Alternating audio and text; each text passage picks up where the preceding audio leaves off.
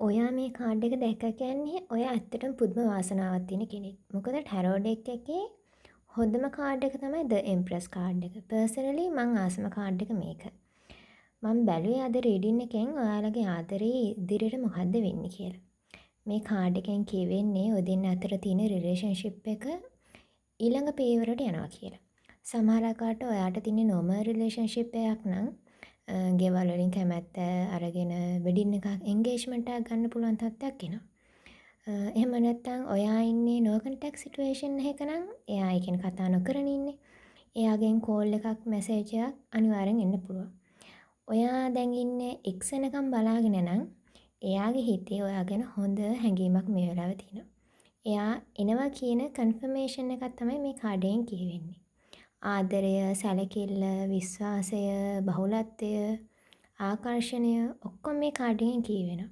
මේ කාඩ් එක ඔයා දැක්ක කියන්නේ ඔයා ඕනෙම රීඩින් එකකින් මේ රීඩින් එකේ විතරක් නෙවෙයි මගේ රීඩින් වලින් විතරක් නෙවෙයි වෙන අයගේ රීඩින් බලන ඇති. ඒ අයගෙනුත් මේ කාඩ් එක දකිනවා නම් නැත්නම් ද එම්ප්‍රස් කාඩ් එකේ නම ඔයාට ඇහෙනවා නම් ඔයා හරිම වාසනාවන්තයි. එක එක සිටුේෂන් වලදී කාඩ් එකේ තේරුම වෙනස් වෙනවා ඒක ඇත්ත. හැබැයි මේ කාඩ් එක තමයි ටැරෝ ඩෙක් වල තියෙන හොඳම කාඩ් එක. මේ කාඩ් එක දැක්ක කියන්නේම ඔයාගේ ජීවිතේ ලොකු වෙනසක්. ලොකු ආශිර්වාදයක් ඔයාට හම්බ වෙනවා. ඒ හින්දා ඔයා මොකක් හරි ප්‍රශ්නක හිටියා නම් ඒ ප්‍රශ්නේ විසඳුණා කියලා දැම්මම හිතාගන්න.